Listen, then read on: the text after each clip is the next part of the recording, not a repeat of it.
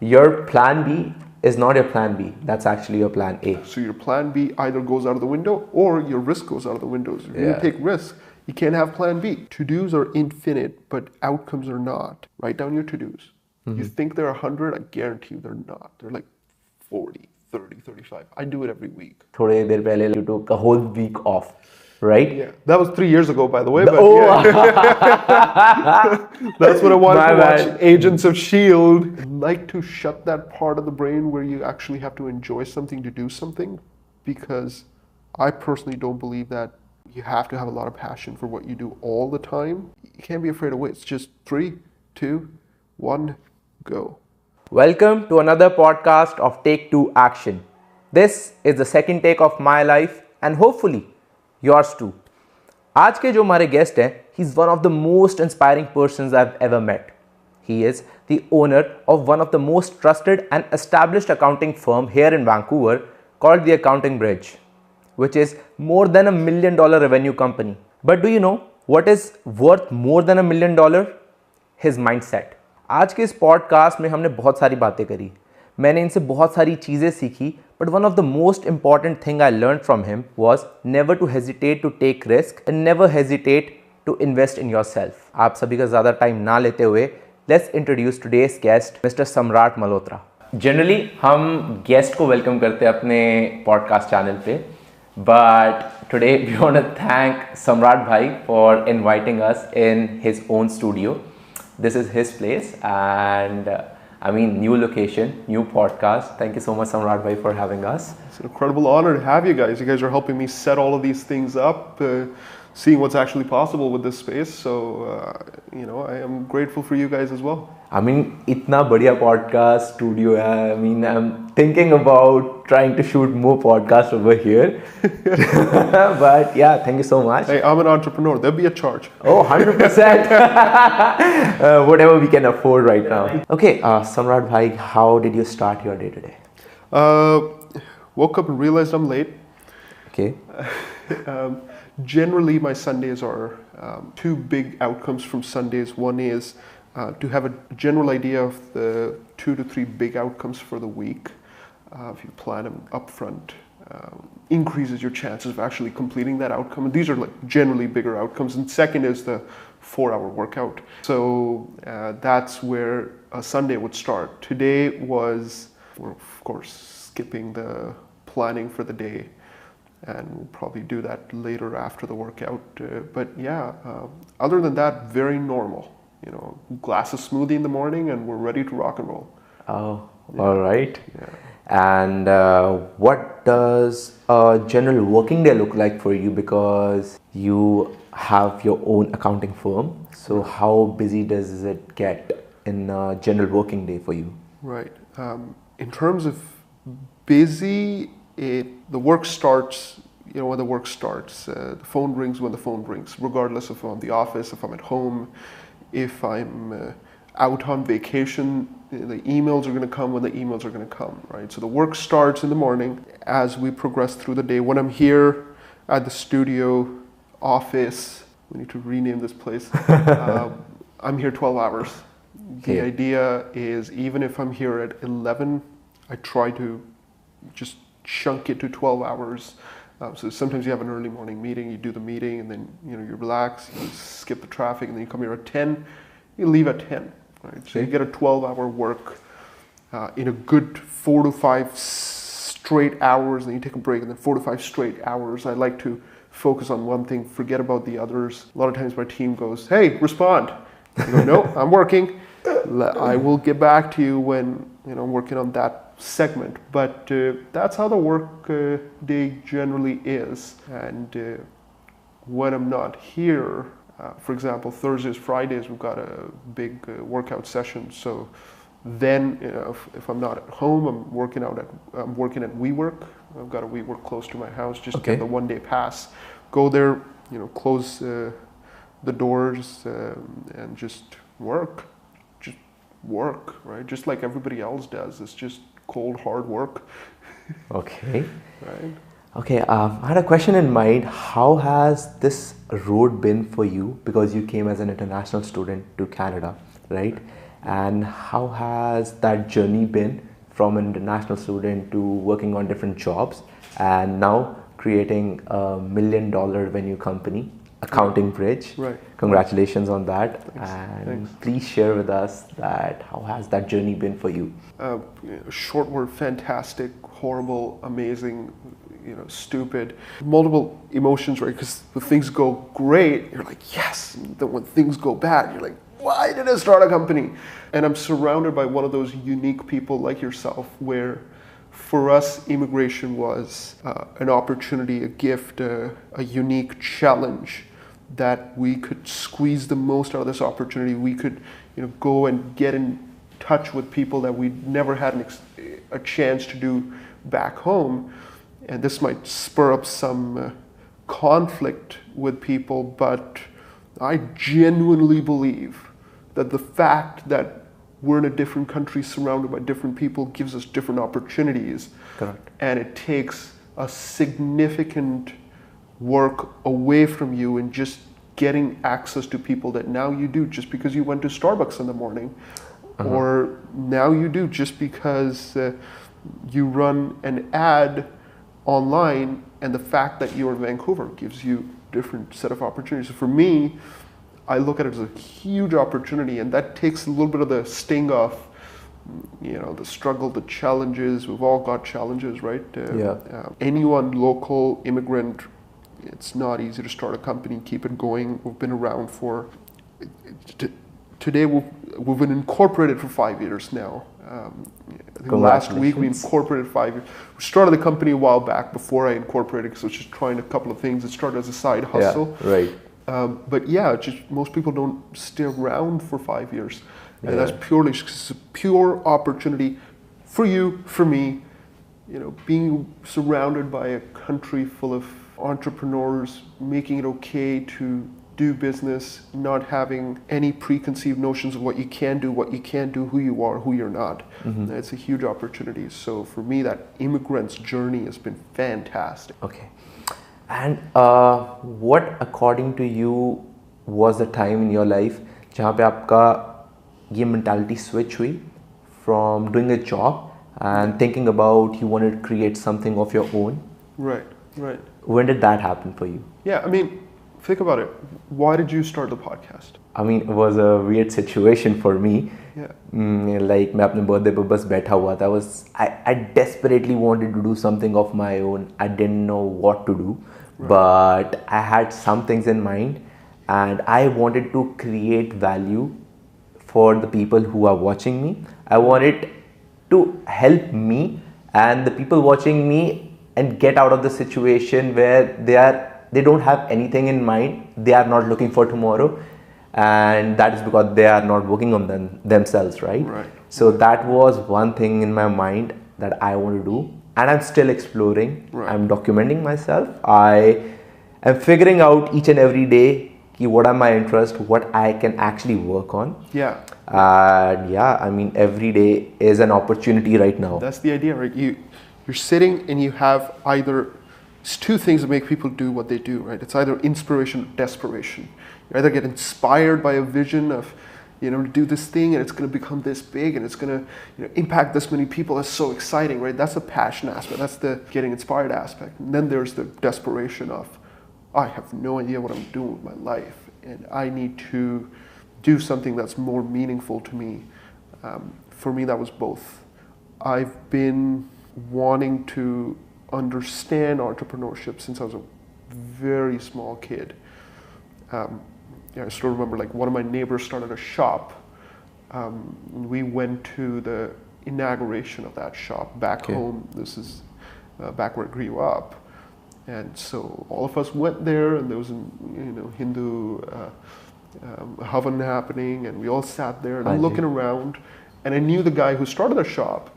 He was almost like a bigger brother, 10 years older than me. I'm looking around, and I'm thinking, the only thing I could think of was, how did this go from nothing to a business? Because the way I look at it is, all of us work for a business. Yes. Or are in a business. This table was sold to us by a company. These shoes were sold to us by a company.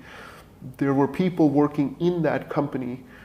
The roads that we drive on are by corporations. So it's like, how does one go from nothing to having a company? How does the first set of revenue come in? So these were interesting questions, which I never knew that, these were entrepreneurial questions. I was just a curious kid. But the curiosity turned into this drive of, let's try something of ourselves. Starting point for Accounting Bridge, was a story. We'll get into it later. But the starting point was desperation of, I need to try something of myself because I just think I can. And then just being inspired by a company going from nothing to now, even $100,000. And so the combination of that was like, okay, well, let's try something of ourselves. And I went and I spoke to the company I was working for at the time, and we came up with an opportunity to work where I would go give them some support in position of an entrepreneur, and we worked it out, and it worked out well. I didn't make any money off of it, of course. Okay. I didn't make any money for the first 4 years into the business. This is when I started, before incorporating. But it was just exciting. It was inspiration that, let's make it happen, right? 4 years, big time. And just going on with the inspiration and not having actual money flow for the business, not making any profit, right? Well, absolutely not. Yeah. In the beginning, the first check I got was roughly, $200 for 3 months of work, which doesn't make sense, I know. Yeah. But the way I looked at it, an opportunity, it's my step in the door of being an entrepreneur, and I was 21 years old. Again, this is way before we even thought of actually incorporating. It was just the idea of being an entrepreneur. And that $200 was very, very exciting. And then went out and got an extra job, again, in the capacity of an entrepreneur. And I still remember the first customer outside of my boss, she sent me an e-transfer of $150. I was like, yes, I made it. That I probably spent $1,000 to make that 150 over. That's a different rush. It's a different rush. Hey, those first few feels dollars different, right? Yeah. As I know you already, thoda sa. So I know that you don't have a significant educational background. Yeah. That is required to start an accounting firm, right? An accounting firm. Right. So I want you to tell the people कि जैसे मेरी misconception I would say ये थी कि to start an accounting firm you should have a CPA or have a higher qualification, but I know you just had a diploma, right? Right after your... In accounting, I have a diploma, and all of the accounting I learned was prior to even when I got the diploma. Again, if we're a full service bookkeeping firm, what that means is we work with businesses, we get them their numbers, okay? Right. That adds some value to an entrepreneur. We work with them with their numbers, which adds a little bit more value to the entrepreneur. The idea is, hey, if you've got some money coming in, you've got revenue, you've got expenses, there comes a point where in business too many moving parts financially where you cannot just look at your bank account and see what's happening. Right. So you need some numbers. And we work with them, we help them grow their profit, grow their margins. And that doesn't require a degree. Now, in accounting, we're professionals, and in order to issue certain, like it's called review engagements, audit engagements, you have to have a designation, right. And that is correct, and we don't do those kind of engagements, and we shouldn't, because we're still able to help a lot of entrepreneurs get control of their businesses. This is real stuff. Figure out the little things, the little tricks to grow their margins, figure out where the money's going. All of this is real stuff that's helping the entrepreneur. So the educational aspect goes out of the window if you can find a way to help them and make money from it. Otherwise, it's just a hobby. And so, I don't have the formal education. I've got 2 years of diploma in accounting. I'm sure there's a lot of people still who know a little bit more about accounting than I do. But when we work with a client, there's nobody else who'd add more value than us in our capacity. That 1 hour meeting means the world to us, right? We would serve. Everyone in my team would make sure to do 10 hours of preparation that you're not even getting paid for, to prepare for that 1 hour meeting that helps the entrepreneur go out, make a killing. And that, I guess, is the formal education I have, is the ability to just go and serve, period. Nothing else matters. I don't know if you saw the latest WWDC. You're holding an iPhone. I've got an iPhone. Yeah. They came up with Apple Intelligence. They came up with the new operating system for the Mac and everything, and Apple Intelligence is all built in. And so Tim Cook had an interview with MQBHD. I don't know if you know him. No, I don't know. MQBHD does a lot of reviews of Apple products. Very big guy. I think now he has as many subscribers as Apple does. Oh. This is a significant deal. And he was doing this short interview with Tim Cook. And he says, this is the first time Apple's actually used the term AI. Right. They've come out with AI now. How come Apple never used AI before? It's been around. Apple's a big company. You definitely have the resources to use AI. And he wasn't talking about ChatGPT or language models. He was actually talking about machine learning, basically. Okay. And Tim Cook goes, well, we've got crash detection on our watches that's powered by machine learning. We just don't think the technology matters to the customer. The crash detection matters. You driving and, God forbid, get into an accident and the watch calls 911 for you, and your life is saved. That's what matters. Right. AI doesn't. Machine learning doesn't. So we use these technologies, but we just never bothered. And they say it's always been their focus of, hey, what does it matter to the client? How do we serve them? Period. That's it. Right. So it goes back to the same idea: is the technology doesn't matter, the education doesn't matter. Of course, if you're a professional, if you're a doctor, make sure you're a licensed doctor. But other than that, it doesn't matter your education. It doesn't matter your background. It doesn't matter what technology you have, what resources you have. What matters is, can you serve the guy in some way, shape, or form? And if you want to be an entrepreneur, can you serve them and make money from it? It's more about the skill that you acquire, and it's more about how you are growing each and every day doing business. Doing business. Understanding business is different than the skill that you actually provide, right? If you understand business, after a certain point of time, you don't need the education to make yourself credible. Make yourself credible. That being said, I've spent, I don't know the exact number, but I've spent, I would say, about $100,000 in my education, other than the Langara, the diploma. The diploma, right. Anthony Robbins' Business Mastery is a course that I did 4 years ago, $10,000 US, all paid up for. Who paid for it? Hey, it came out of my pocket, but it didn't give me a degree, didn't give me a diploma, didn't matter. It especially didn't matter to me, because you go and learn from some of these business people that come and tell you some little things you can do to improve yourself, right? So on and so forth. So I've invested in my education, just not in the formal education way, which also I think is a little bit of how the world is moving towards now, is a little bit away from formal education, but a lot more towards specific directed education via courses, via podcasts, via Spotify, audiobooks, right. So on and so forth. Right? And how do you think the world is moving towards, and what will be the relevance of schools in general in the coming time? Because अब लोग actual में move कर रहे हैं learning these courses. They are not running after those qualifications like getting an MBA in general. They are moving towards the specific courses, right? What do you think would be the relevance of schools in general?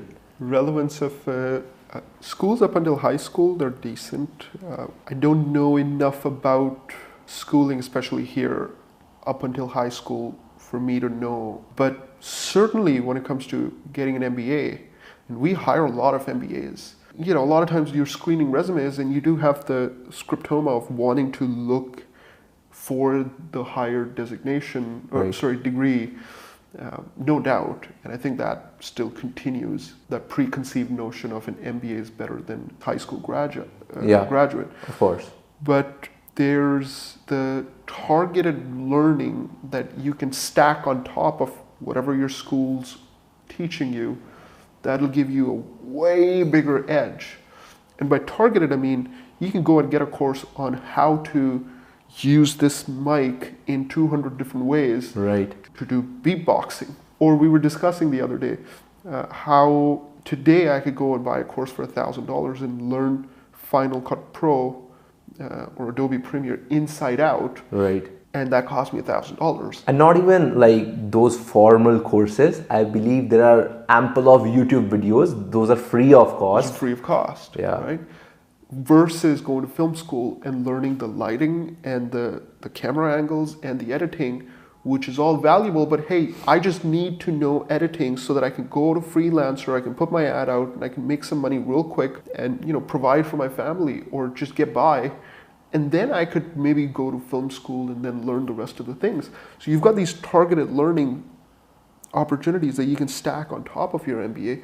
Gives you a huge edge. Mm-hmm. And then when I'm reviewing, someone's resume and they've got, we hire a lot of accountants.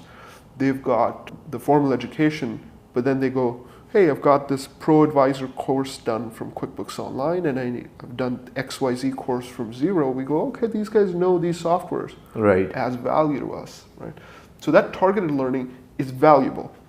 Now, the good thing about getting an MBA is you have to stick to it for 2 years. Right. 2.5, 3 years. Yeah, exactly. And a lot of times you get professors that you don't like. You get professors that you love. You get courses that just bore the hell out of you. Yeah, exactly. And then you get courses that you love. But it forces you to stay in the system consistently over a long period of time. So it teaches you the skill of sticking to it. Right.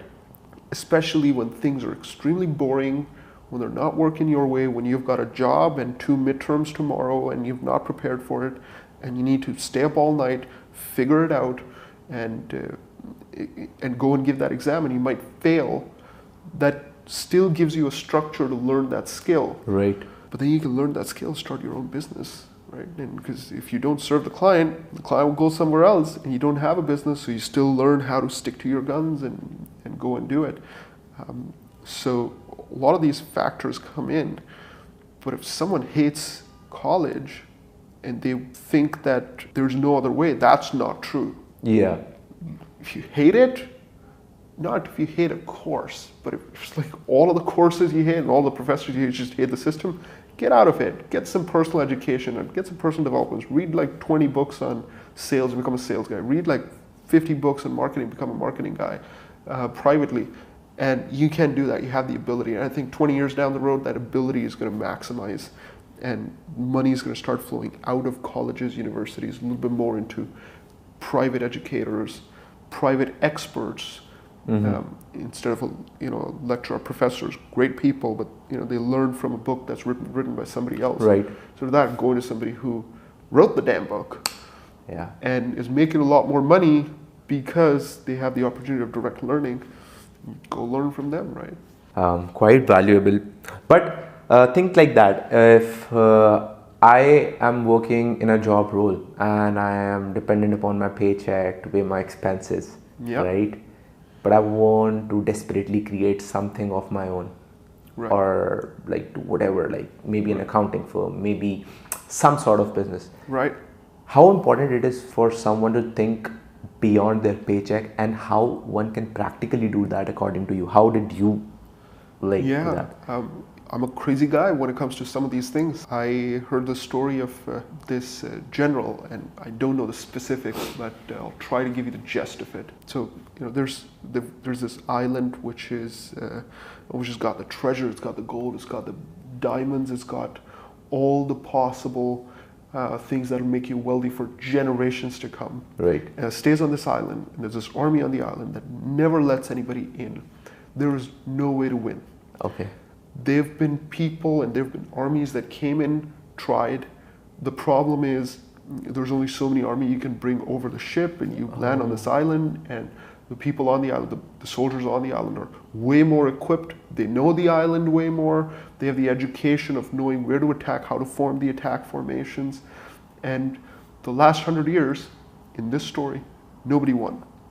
Everybody who went to the island, they actually died or ran back.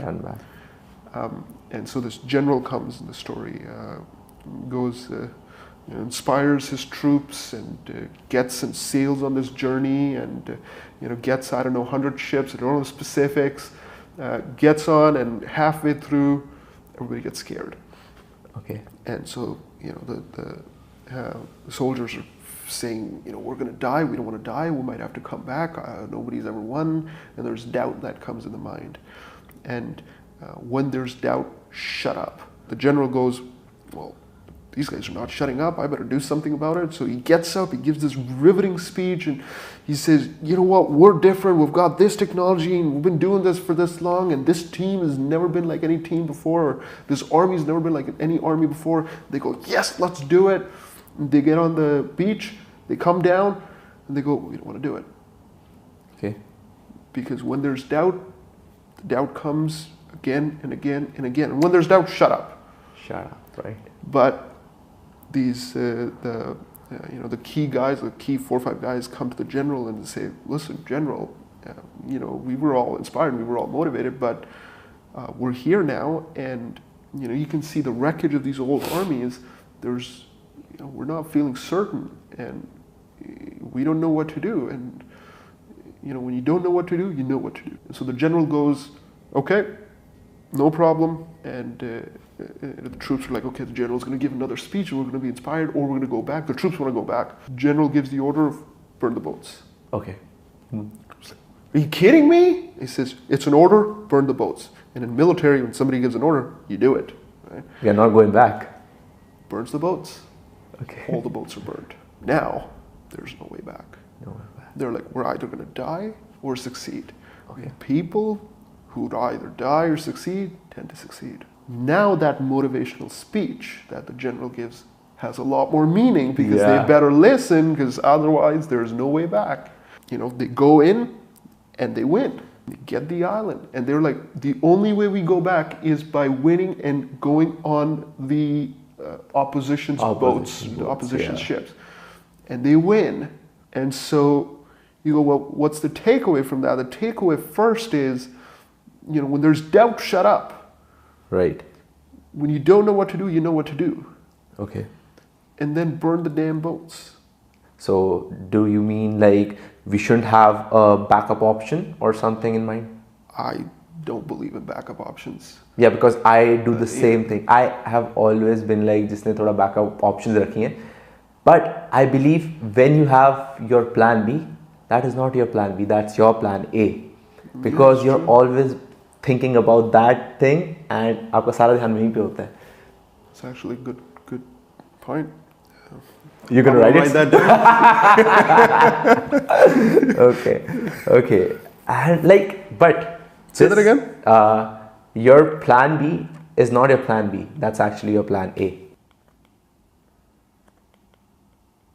I'm a slow writer. No worries. I haven't read it somewhere. When I was doing theater, I have to write something and act accordingly. So this is what I wrote on, and this is what I acted as well.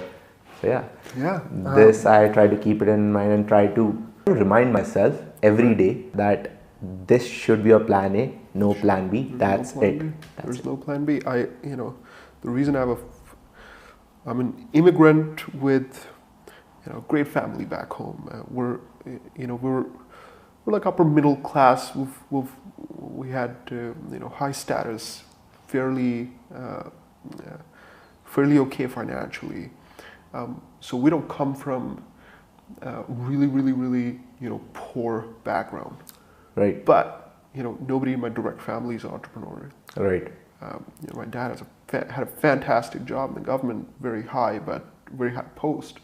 But he's not an entrepreneur. There's nobody in my family that was an entrepreneur before me. You know 1 or 2 people before you come, because you have to go somewhere, right? Yeah. It's just like, okay, I'm going to stay at this. He was my brother's friend's roommate old roommate that I stayed at for like 2 weeks. So Right. yeah, I knew somebody in the country, but that's about all I knew. I had to Yeah. take resumes out and go and distribute on the street. We all did that. Nothing, Yeah, nothing 100%. surprising there. Yeah. But that's where I come from too. Is there's no business background.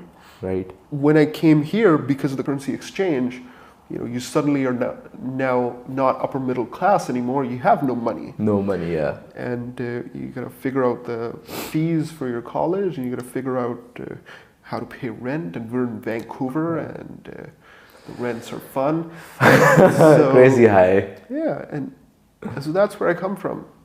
And so there is no plan B. There can't be a plan B. If your plan B is, if this business doesn't work, I'll go back at a job, then when it's time to take some risk in finance and hire 5 people on your staff, you won't do it, because then your plan B doesn't work. Because then if you go back and you've financed paying for these guys for 3 to 6 months, and even if it's hiring people in India, $1,000, it's still okay. 5 people, 5,000, 6 months, as of $30,000. If you go back to your job, that's even paying you $60,000. Right. It's going to take you 2 years to pay that back. So your plan B either goes out of the window, or your risk goes out of the window. So if you take risk, you can't have plan B. I'm sorry, and then it won't work. Yeah, because and your plan A won't work. Yeah, I mean, someone asked me the other day that, okay, oh, so this is your side hustle. Okay, you're doing something full time. So I told them, no, that's my side hustle. That's my side hustle. And this is the main thing that I'm working on. I'm trying to replace that completely. But yeah, I mean, let's hope. But I want to know from your experience, what do you do on your worst days when you're having a bad day, bad business day, or like nothing is going according to your plan? How do you... You mean like yesterday? So I mean, like, how do you... I'm not sure how to say it, motivate yourself, or like how to keep up on track, because you've been in this business for like 4 to 5 years, 5 years you said, right? Yeah. That every day is not your best day. So how do you keep on the track? Yeah, I think I've been in business for 7 years. We incorporated 5 years. Yeah. I've been full-time for 3.5 years. All of these 3 pieces have different meanings, right? Because when you're full-time, you're actually in it. And by the way, when I turned full-time, I didn't have enough income coming from business for me to replace my job, just so you know. Okay. It was a pure, let's do it. Let's do it. What you do on your hardest day, there's not a lot you can do. At my stage, we set the strategy 6 months before, and then we start executing on it. And then if it fails 6 months later. And when it fails, you change the strategy, but you're changing the strategy for 6 months down the road. So there's nothing you can do. Right? Okay. It's not a lot. It happened. There's things that I do on normal days that when that really, really out of control piece comes, it helps you a little bit, but the worst days are the worst days because they're the worst days. There's nothing you can do about it. You just got to feel the feelings of whatever it is, failure, guilt, rejection, fear. You just got to feel those feelings, and not a lot you can do then when it's already happened, but there's a lot of things you can do before that. I was driving today in the car. It's a 20-minute drive. Right. I usually turn some high, loud rock music on, and I do these affirmations out loud. Okay. And I've been doing these for, not every day, but I've been doing these for a good 6 years. Affirmations. I call them incantations because I'm doing it out loud. Affirmations are, it's like, oh, I'm awesome, I'm awesome, I'm awesome. But you're not saying it out loud, you're not feeling it, so it's kind of negates, right? But incantations are when you're actually out loud in the zone, pushing it, I'm unstoppable, There's turn change into progress. Right. Whatever happens, use it. These phrases, right? You just use them. You speak them out loud, and I do that privately in my car. Very few people know that I do it. I don't want people. Now it's out on social media. Okay. So it's crazy, and it is. And when people look at me, sometimes people look at you and they go, "Something's off with this guy." Right. But it doesn't matter. It works for me. You do these phrases, whatever phrase you want to pick up. It's I got my phrases. One of them is I'm in all in every single day, which means I'm committed. There's Right. no backup option. I'm in. And so I do these out loud on the good days. 20 minutes, 15 minutes, you feel riveted after that. Right. That when you had the worst day, there's the little voice in the back that goes, you were unstoppable. And you don't feel that, but it's there. And you're in all in every single day. And today is one of those days, which means you're not going to quit. You're going to keep going. You're going to push hard. Yep. But it's all of those things that I do on the good days that help you on the worst day. But then when the worst day happens, listen, it's hard. It's hard. It's supposed to be hard. Yeah. So yeah, just feel the hard. I mean, like what I do is like I just try to show up. So I like working out. So if I'm having a bad day, even if I'm not working on the best of my capacity, I Yeah. just try to show up because that gives me more of that self-belief, that muscle Right. memory that, okay, you're there, your time will be there. Yeah. So that helps me. Yeah. Okay, I had a personal question in my mind because I kind of know that you still live on. No. It's not your. Just messing. No. I'm like Sorry. it's like a kid inside me. I wanted to ask this question that I know that you live on rent right now, Yeah. right? The kind of business that you have, the kind of financial situation that you have. I believe that you can also afford a house as well. Obviously, the amount of rent that you're paying towards your apartment, you can give the mortgage of your house as well.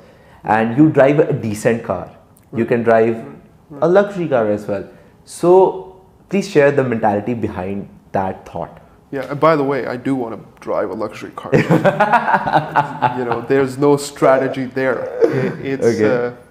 maybe it's a mental thing. Me and a friend of mine, we speak about this a lot because we both love fast cars. Okay, Why sports haven't we cars? bought it? Because again, we can, no doubt about that. Okay. And I was just talking, on behalf of me and a really close friend of mine. But in this moment, I suppose I'd rather invest back in the business. Okay. And even if it's a little bit, right? Even if it's like a $1,500 a month extra, and I do believe that cars, they're fantastic, but they're purely for fun. There's no investment aspect to it. Depreciable assets, right? Depreciable assets, it loses its value the moment you drive off the lot. We know all of that stuff. Yeah. The idea is it is for fun. Right. It is for when you want to just enjoy. And so I love cars. We rent a lot of cars again. Okay. But I do think that $100,000 is better spent in investing on, another accounting manager who Right. can now take over, I don't know, an X amount of dollars and bring that much money back into the business. Okay. So it's just that. It's just pure focus. I suppose now that I think about it, there is a little bit of a strategy going on. Okay. So I take that back. Okay. One of my mentors, he is a seasoned entrepreneur. Not just one company. He is in the retail business.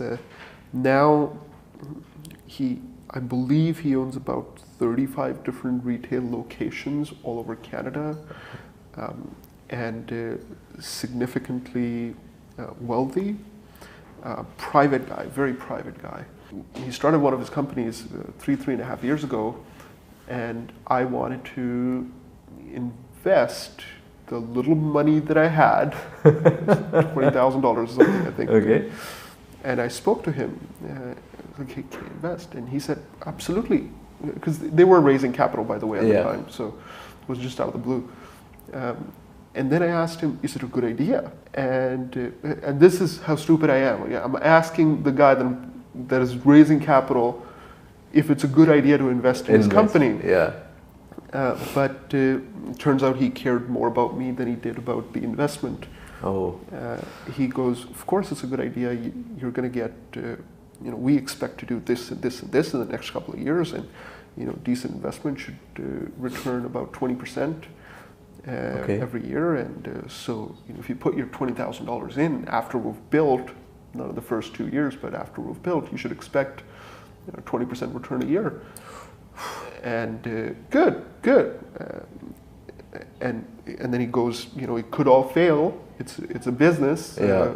It's a brand new business, so you could lose that $20,000. But if you take that $20,000 and put it back in your business, which was very small at the time, Okay. don't you think it would give you a return that's a little bit higher than 20%?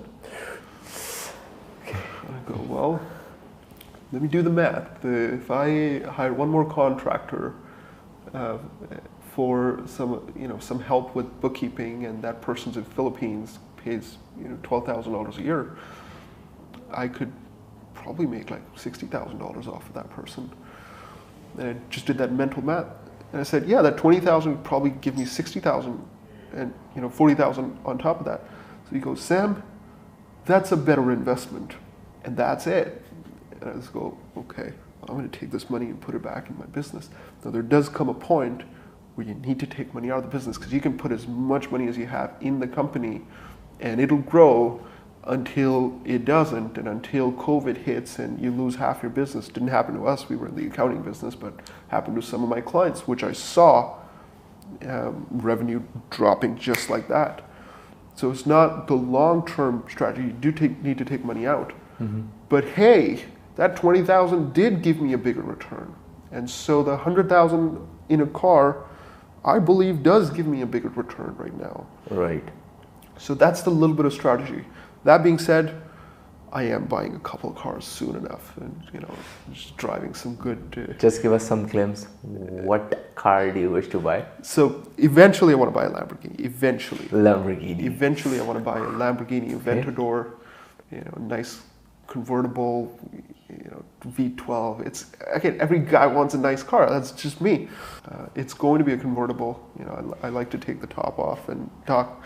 I like to take the top of the car off. Okay, you're going into that right now. You're going into the feeling of driving a Lamborghini right now. Yeah. So okay. We'll see when that happens. And I want to be in a significantly better financial position in order to invest, more than $500,000 on a car. And so, of course, it goes without saying, right? Build your equity in the company, build your foundation, build your personal income, build your personal wealth, and then you can enjoy some of these fun things. Until then, rent it for $5,000 once a year, and enjoy and have fun. Okay, so because I've started something of my own and it has not been a long time, but during this period I have felt कि मैं बहुत ज़्यादा overwhelmed हो जाता हूँ. There are a lot of things to do. एक जगह पे mind stay नहीं करता. Like एक thought आता है and then another thought. You can't be in present. So you have been in this field for quite some time. So how do you practice mindfulness? If that's the right word. So if you don't mind me diving deep, it's a big question. Is it you're afraid of what this might happen, where the thoughts are, oh, this might happen and this could go wrong and this could go wrong and this could go wrong? Or is it overwhelm of just the sheer number of things you have to do where, oh, I got to do this and I got to do that and I need to get the editing guy. So which one is it? I don't think about fear, honestly. Right. Because the day I started it, that was a win for me. Good. Because I overcome my fear. So yes. I don't think about failure. But yeah, overwhelming about the amount of tasks. Right. And majorly वो चीज़ मुझे manage करनी है खुद. Right. That's the thing. Right. So I've got a simple tool. There's thousands of ways to deal with it, but what's more important is you better deal with it. Okay. Do not let the overwhelm be something that you just ignore and feel and go, yeah, I got overwhelmed. No, stop it. There are tools to actually get over it. And why I'm saying is because an entrepreneur, you're an entrepreneur now. First thing is to-dos are in our control and are infinite, You're doing X number of episodes a month and your week is going okay, you don't have a lot of things to do. And now, because you're a growth-oriented person, you go, I'm going to double it and I'm going to do 2x the number of episodes a month. And now all of a sudden you're overwhelmed. Still do the 2x, probably do 5x, but better make sure you deal with the overwhelm. I'll give you one tool, but make sure you find other tools, whatever works for you. One tool simple is to-dos are infinite, but outcomes are not. You're generally only looking for 1, 2, or 3 results, and you get to do a lot of activities to get that 1 or 2 or 3 results. Right.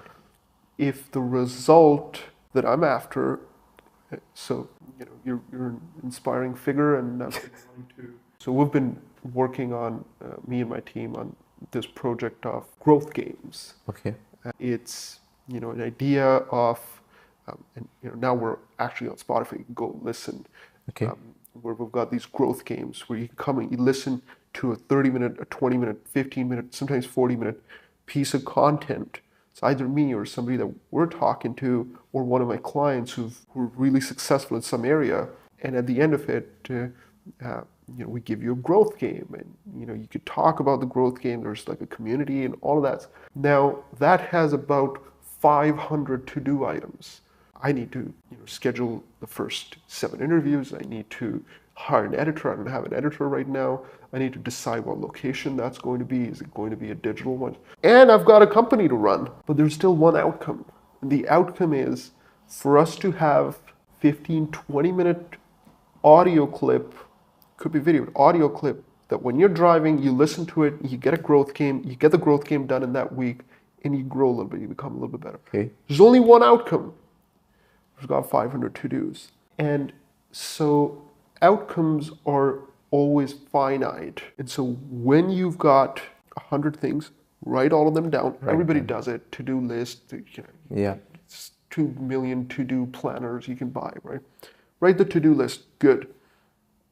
Now look at the to-do list and ask yourself, what do I want out of this? Let me ask you. You got to shoot the next 4 episodes. Right. What do you want out of this? Not what does XYZ want, or no. What do you want out of this? What is your outcome? What is your result? Okay. Right? I'd actually invite you to answer that question. Okay. Out of this podcast? Yes. Okay. So for this podcast, I thought कि मैं अपने viewers को वो बताना चाहता हूँ that education is not basically equal to success or starting your own business. Right. How mentality can help you transform yourself and start something of your own. Right. There we go. We got it. Yeah. Now, what we just spoke about in this moment right now was the why we want what we want. Yeah. The result that you're after, in my words, it has to be your words, but in my words would be record an amazing session where we get these gems of content that will help this and this person do this. For example, just making something up. Right. Okay. That's the outcome. Right. Right? The outcome is not select the camera. Right. There we go. The outcome is not to drive up to downtown. Right. The outcome is record a session so that, and whatever it is. Right. And now I take this pencil, right? It's an old example, maybe you've heard it, right? And I try to poke myself with it. Nothing happens. Okay. Nothing happens. This is a pointed outcome, and you're aiming for it, but nothing happens, right? Right. There's no way to pierce. But if I take a huge 45-pound plate from the gym, tie it up, and somehow this thing ties up to it, imaginary, and then all I do is throw it a little bit, it's going to pierce a hole in here. Yeah. And metaphorically, that 45-pound plate is the why you do what you want to do. Okay. right? And you're a why guy. I know you've spoken a lot about why you do what you want to do. Yeah. So you go, hey, the outcome is I want to record an amazing session for my viewers so that by the end of the 40 minutes, they feel riveted, they feel inspired to do the next move and take some risk and be bold. That's the outcome. Right. The reason is the impact that will have on others is going to be the impact that I have on my life just because I did this. Or the reason is that seeing that impact in others is going to make me feel like I've actually accomplished something meaningful, or whatever the why is, right? Now, with that why, selecting the camera becomes easy. Right. And I know you're not selecting the camera, I'm just picking that Yeah, option, I mean, right? yeah. So the editing becomes easy. The only outcome is recording the podcast. The only why is your why, and then the to-do list comes in. So your brain is literally wired to now focus on the outcome. Right. The to-do disappears. You focus on the outcome and you focus on the why, and the to-do is just something you do. It just happens. It just flows out of you, right? That's the idea. Again, it's one of the techniques. So you overwhelm, good. Write down your to-dos. You think they're 100, I guarantee you they're not. They're like 40, 30, 35. I do it every week. I know this, right? Maybe afterwards I'll show you my planning journal. It's something I do as That'll help. a weekly thing, right? But you write down those to-dos and you ask yourself, hey, what do I want out of this? And why do I want it? What's my outcome? You can go, hey, what's my outcome from working out? And what's my outcome from this podcast? And what's my outcome from going and doing your side hustle? What's my outcome from getting educated? Boom, you've got 4 outcomes. 4 outcomes in a week that might take you 2 weeks to accomplish, with 4 different reasons or similar reasons, with 400 to-dos that don't matter, because if the outcome is to record a podcast, you can pick the camera and the mic and yada, yada, yada. Or you can find someone who knows all of this stuff, has the equipment to come in. Or you can go somewhere where all of the stuff is set up. Right. Now you got 200 ways to get the same outcome. The focus is the outcome, right? So anytime you're overwhelmed, you're focusing on to-dos. The way to get out of it is to focus on the outcomes. There's generally only 1, 2, 3, 4 outcomes. 1, 2, 3, too many. 3 is most. It's one way. Get out of overwhelm, right? Make sure you get out of it. I mean, like, it gives me a lot of direction that how to deal with those specific situations. Yeah. Just think about the outcome and list the priorities, I would say, in number. That makes me a little more focused. Okay, let me do this, and then one by one. Okay. Simultaneously, इसी के साथ मेरे दिमाग में एक और question था कि what do you do for relaxation? Because overwhelm होने के बाद you need some time off, you need relaxation. Like you told me that once you थोड़े देर पहले you took a whole week off, right? Yeah, that was 3 years ago, by the way. That's when I wanted to watch Agents of S.H.I.E.L.D. I took a whole week off, My bad. So, currently, what do you do for relaxation? What do I do for relax? I mean, the idea of relaxation is to actually not do anything, right? Right. So, okay. Just don't do anything. That's correct. I don't value relaxation very, very high, though. And that is personal preference. The word I would use is, to rejoice maybe and just get back in state. We'd go-karting, or we'd, jump off a cliff with a bungee jumping, with a bungee attached to it, not jump off a cliff. Okay. Or, go in the water, go jet skiing, do that kind of stuff. Okay. That, for me personally, is more valuable than relaxing, where relaxing would just be sitting on the couch watching TV. I do watch TV, but that piece is way more valuable. Just a couple of weeks, me and a friend of mine were planning to drive up to Kelowna. It was a 4.5-hour drive. Right. To go to this one place and do go-karting for 15 minutes. Okay. And then we'll see if we feel like coming back. We'll come back. If you want to do an hour go-karting, we could, right? Actually, we might do an hour. We'll see. Okay. We're just planning right now. and then come back, right? That would, the outcome there is to just have an incredible time, have fun, forget about work for a bit. I don't think I can forget about work for a bit. But then you come back and you go, well, I'm ready for another session, right? Okay. So that's something that I do. Okay. But personal preference, hey, if somebody wants to relax, then relax. Make sure you know, make sure your outcome is to relax. Okay. And your outcome is not to kill time. Very different outcome. A lot of people kill time, very few people relax, right? Okay. So there we have it. Right? Okay. I have this question in my mind. You are great at accounting, right? That's why you have a firm.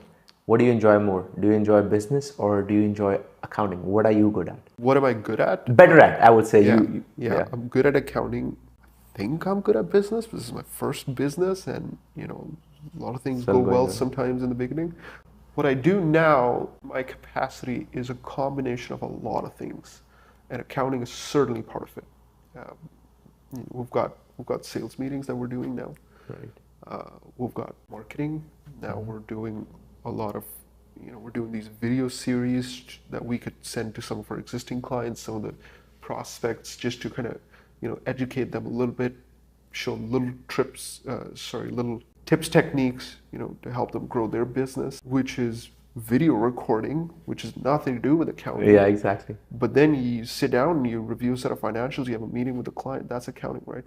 So that's what I'm doing. In terms of enjoying, I like to shut that part of the brain where you actually have to enjoy something to do something, because I personally don't believe that you have to have a lot of passion for what you do all the time. It's a famous Steve Jobs thing, and I'm big, I follow Steve Jobs, but he said you have to have a lot of passion to keep doing what for the thing that you do, so you keep doing it for long term. Now, what drives you more, I would say? Okay. Is it the business thing Yeah. or the Yeah. accounting? It's the entrepreneurial spirit. It's the risk taking. My core is a hardcore entrepreneur. Old fashioned entrepreneurship. That's what I like. Nothing fancy here. We're not changing the world. We are, however, the old fashioned entrepreneur, right? Right. That's what I like. That's what I love. That's what drives me. That's why I wake up in the morning. Build multiple big businesses really fast. That's what you're doing. I think you're on the right track, I believe. I believe so. Also, you told me you're going for a 4-hour workout session right after this. Yeah. Right? 4 hours. Okay.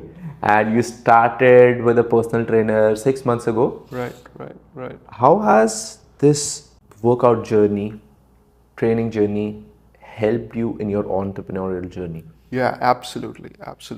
I learned this thing called 3, 2, 1, go. Sorry, what? 3, 2, 1, go. Oh, yeah. Okay. What does that mean? We're doing something. We're lifting a lot of heavy weights. We've got a spotter, who can assist and make sure you're okay. But when you do that consistently, I'm sure you've felt it, where now you're supposed to do a squat, even if it's half squat, with 3 plates on you. It's risky, so you have a spotter, but it's scary because it's a lot of weight. And so, my trainer taught me, it's like, you can't be afraid of weights. Just 3, 2, 1, go. Okay. And you just shut it. Just shut your brain and do it. That's it. Once the countdown starts, shut the damn brain and just go do it. It works for short-term things. You can't do 3, 2, 1, go for 2 long years. Right. But when you're about to lift the weights, or again, we do 4 hours. It's crazy, but when it's been 3 hours and 45 minutes, and you have that 2 last exercises left, and you don't have to do them because you did a good job already, right? Yeah. And you don't feel like doing it. Okay, you look at it, you go 3, 2, 1, go. And that moment, your brain is shut. You just do it, and you see what you feel after, and it works, right? Yeah, it works. And it works in business, right? Hey, you got to make a decision. That decision could cost you $50,000 or more. and you know it's the right decision. Now you need to pull the trigger, and now you got something called fear. Okay, 3, 2, 1, go. Shut the brain, do it. And I honestly have this feeling, जब आप ऐसी risky situations के अंदर होते हो लेकिन आप risk कर लेते हो उसे like you take that risk, Right. it gives you a different level of happiness, I would say. Yeah, And drives my personality. yeah, it drives your personality and it feels good, honestly.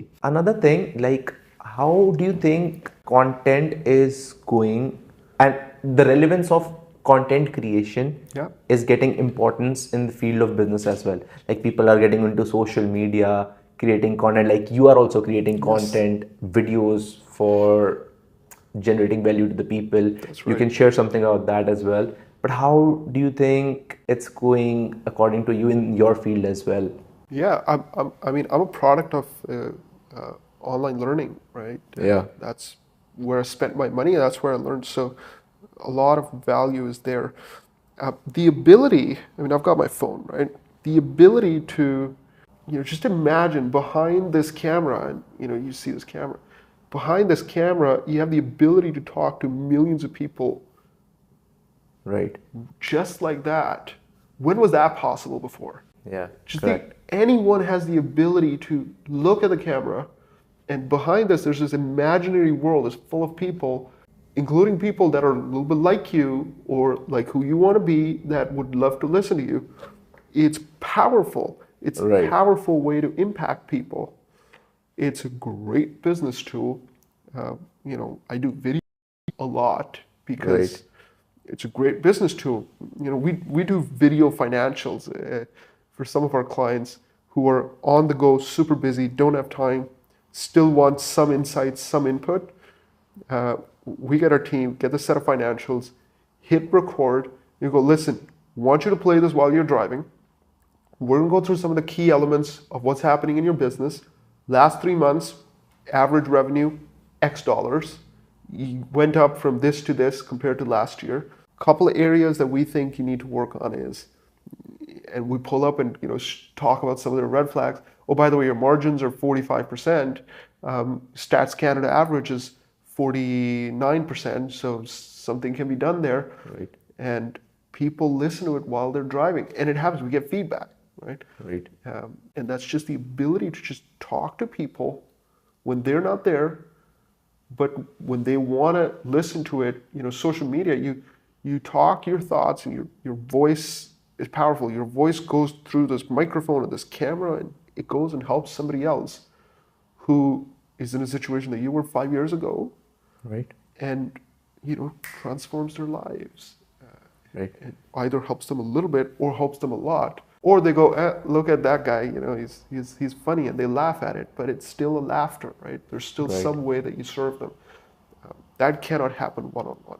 I don't foresee that happening where, you just go and talk to people one-on-one.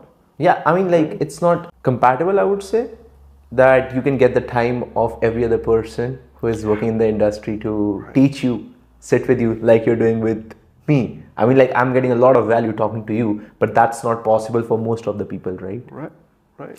So, And there we go, right? One too many. Plus, people are more likely to watch videos than to read text. So, as a business tool, as a marketing tool, right. We like to put videos on our landing pages. We like to put videos.